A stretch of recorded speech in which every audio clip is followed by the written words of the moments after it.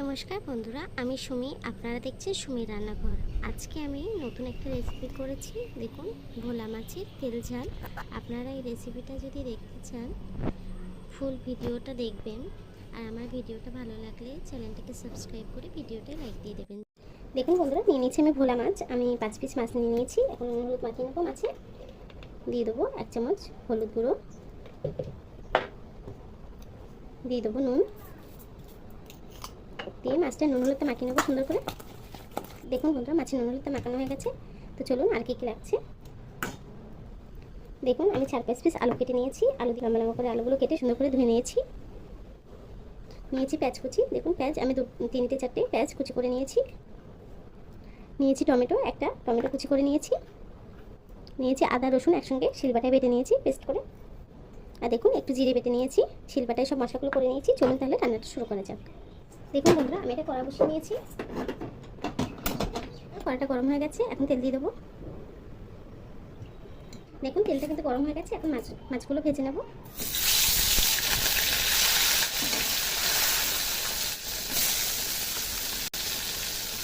দেখুন মাছটা কিন্তু একটু ভাজা হয়ে গেছে। আমি মাছটাকে উল্টে দেবো। ভোলা মাছটা কিন্তু একটু হালকা হাতে উল্টাতে হবে, মানে মাছটা ভেঙে যাবে। ভোলা মাছ কিন্তু খুবই নরম হয়। এই মাছগুলো উল্টে দিলাম। দেখুন বন্ধুরা, আমার মাছটা কিন্তু ভাজা হয়ে গেছে। মাছগুলো তুলে নেবো। মাছ ভাজা তেলের মধ্যে আলুগুলো দিয়ে দেবো। আলুটাকে একটু ভেজে নেব।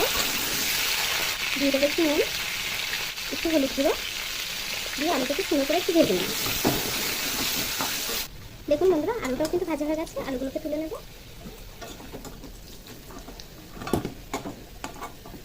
দেখুন বন্ধুরা, ওই তেলেই দিয়ে দেবো একটু কালো জিরে ফোড়ন, দিয়ে দেবো পেঁয়াজ কুচি,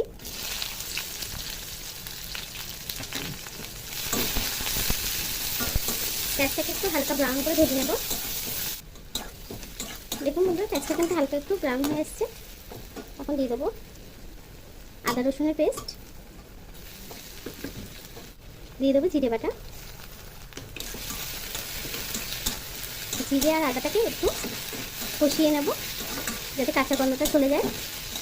দেখুন বন্ধুরা, জিরে আর আদার গন্ধটা কিন্তু চলে গেছে, কাঁচা গন্ধটা চলে গেছে। এখন দিয়ে দেবো কেটে রাখা টমেটো, দিয়ে দেবো সামান্য একটু জল।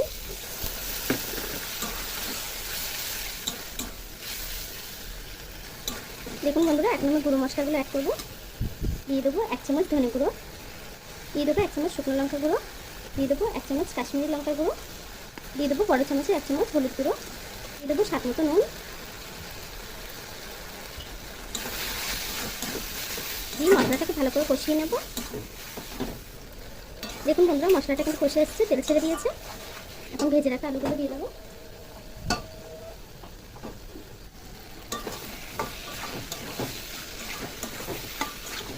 আলুটাকে দিয়ে 2 মিনিট কষিয়ে নেবো মশলার সাথে।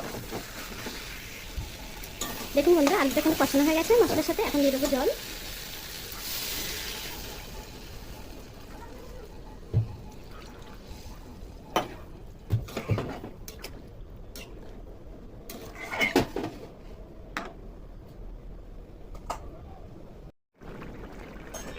দেখুন বন্ধুরা, ঝোলটা কিন্তু ফুটে গেছে। এখন মাছগুলো দিয়ে দেবো।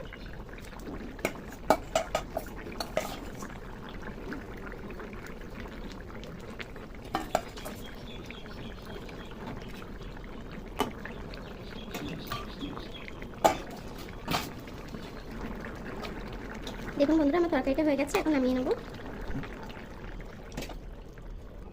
তরকারিটাকে নামিয়ে নেব।